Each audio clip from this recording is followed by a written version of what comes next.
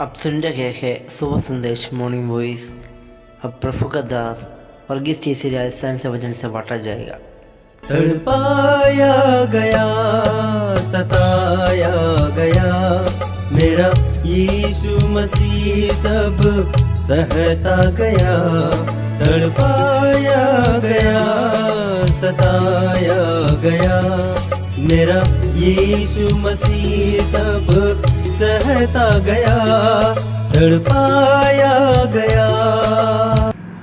परमेश्वर के बहुमूल्य नाम की महिमा करता हूँ। एक बार और सुबह संदेश कार्यक्रम में हम सबको स्वागत करते हैं। आज के विचार के लिए हम निकालेंगे नीति वचन की पुस्तक 3 अध्याय की 27 से लेकर के 35वीं आयत तक। नीति वचन चैप्टर 3 वर्स 27 to 35।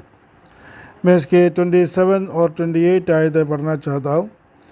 जिनका भला करना चाहिए, यदि तुझ में शक्ति रहे तो उनका भला करने से ना रुकना। यदि तेरे पास देने के को कुछ हो तो अपने पड़ोसी से ना कहना कि जा कल फिर आना, कल मैं तुझे दूंगा। प्रभु की नाम की महिमा हो। इस आयतों के अंदर हम देखना चाहते हैं कि सामाजिक तौर पर एक विश्वासियों के लिए दिया हुआ 5 निर्देश एवं उसका कारण।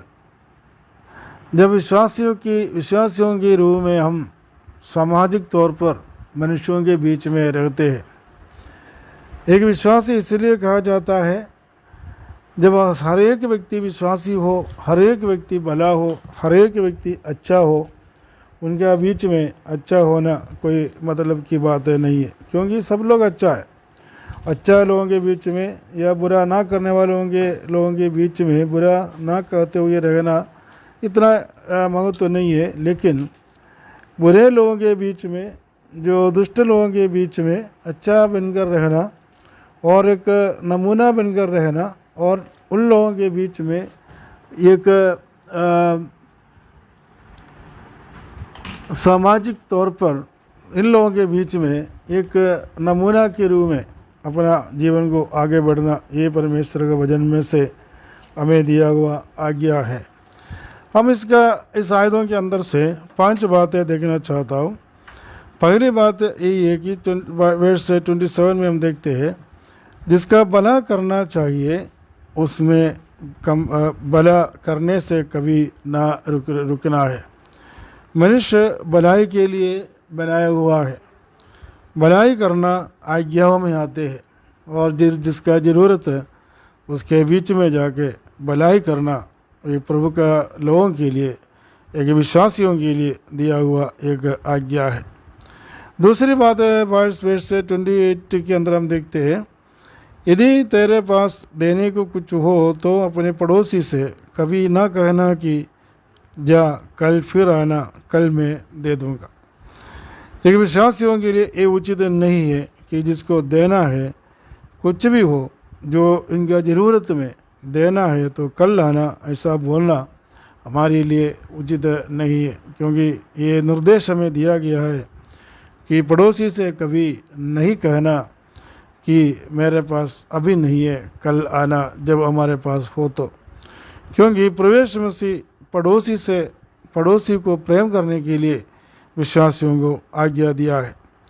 तीसरी बात हम देखते हैं कि उसके 19 की आयत के अंदर, जब तेरा पड़ोसी तेरे पास बैककट के रहता है तब उसके विरुद्ध बुरी युक्ति ना बांधना। उसे हम देखते हैं कि जब हमारे पड़ोसी हमारे बीच में और निर्दोष होकर रहते हैं, या हमारे बीच में इनके जीवन में जो हम देखते हैं कि उसकी बैक कट के रहता है, तब उसके विरुद्ध बुरी युक्ति नहीं बांधना। क्योंकि वो हमारे पास, हमारे पड़ोसी लोग आके अच्छा समझते हुए, हमें अच्छा मानते हुए हमारे सामने खड़ा होता है, उस समय कभी उनका विरोध में बोलना हमारे लिए उचित है नहीं है। ये निर्देश हमें इधर दिया गया है। कई लोग ऐसा है जब हमारे पास, हमारे साथ में, हमारे पड़ोसियों के बारे में, हमारे दोस्तों के बारे में जब हमारे पास अच्छा संपर्क हो, अच्छा रीति में अच्छा व्यवहार करते हो, तो भी अनेक लोग उनके विरुद्ध में बुरा बोलते हैं, इनके विरुद्ध में वो जो अब अनसठ बात कहते हैं वो हमारे लिए अच्छी बात है नहीं है। ये समाजी तौर पर हमारे लिए दिया हुआ एक निर्देश है कि ऐसा कभी हम ना करें। और 30वीं आयत के अंदर उसकी चौथी बात है, हम देखते हैं, जिस मनुष्य ने तुझसे बुरा व्यवहार ना किया हो उससे अकारण मुकदमा खड़ा ना करना। अनेक लोगों का जीवन के अंदर ये एक स्वभाव है, जब हमें कोई बुरा लोग नहीं करता है तो भी उनसे लड़ना और उनसे बुरा करते रहना अनेक लोगों का जीवन की एक स्वभाव। जब हमारे पास में कोई बुरा नहीं करते हो तो हमारे साथ अच्छा व्यवहार करते हो, प्रेम से रहते हो, अच्छा संगति करते हो, उसके विरुद्ध में कभी एक शब्द भी खिलाफ नहीं बोलना। ये सामाजिक तौर पर हमारे लिए दिया हुआ एक आज्ञा है कि हम दूसरों के सामने ऐसा नमूना बनकर रहे, जो तब आकर के हम एक हमारा स्वभाव में, हमारा बोली में और हमारा जो मन की स्वभाव, मन की जो कैरेक्टर है, उसके आधार पर हम एक अच्छा व्यक्ति के रूप में दूसरों के सामने खड़े हो सकते हैं। और इसकी 5वीं बात हम देखते हैं उसके 31 आयत के अंदर, उपद्रवी पुरुष के विषय में दाग ना करना, ना उसकी सी चाल चलना। और अनेक लोग ऐसा होता है जो हम देखते हैं कि उपद्रवी होते हैं, उपद्रवी पुरुष होते हैं और उपद्रव का बातें कहते हैं, ये हमारे खिलाफ बातें करते हैं और उनसे कभी दाग नहीं करना, क्योंकि और ना तो उनसे कोई भी दाग नहीं करना और उनके रास्ता में कभी नहीं जाना।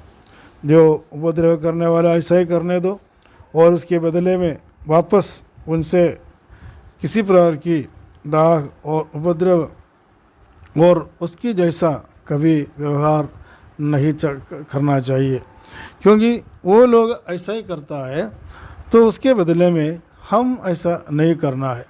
और प्रवेश मसीह का ये टीचिंग यही था कि कभी शत्रुओं से और शत्रुओं को भी प्रेम करने के लिए उन्होंने कहा है और कभी व्यवहार शत्रुओं के विरुद्ध करने के लिए वो नहीं चाहता था और अपने चेलों को ऐसा शिक्षा भी नहीं दिया था कि हम कभी उनके विरुद्ध में कोई भी काम करें।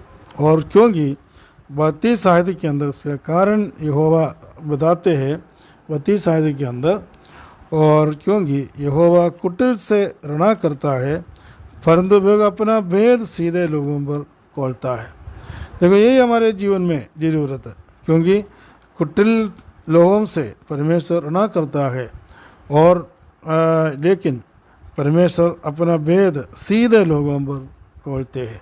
तो परमेश्वर के सामने एक सीधा लोग बनकर और सामाजिक तौर पर हम दूसरों के सामने एक अच्छा व्यवहारी होकर हमारा आत्मिक जीवन को आगे बढ़ाए, तभी हम दूसरों के सामने एक नमूना बनकर हमारा जीवन को आगे बढ़ा सकेगा। इस वचन के द्वारा परमेश्वर हमें सहायता करे, मदद करे। प्रभु के नाम की महिमा हो।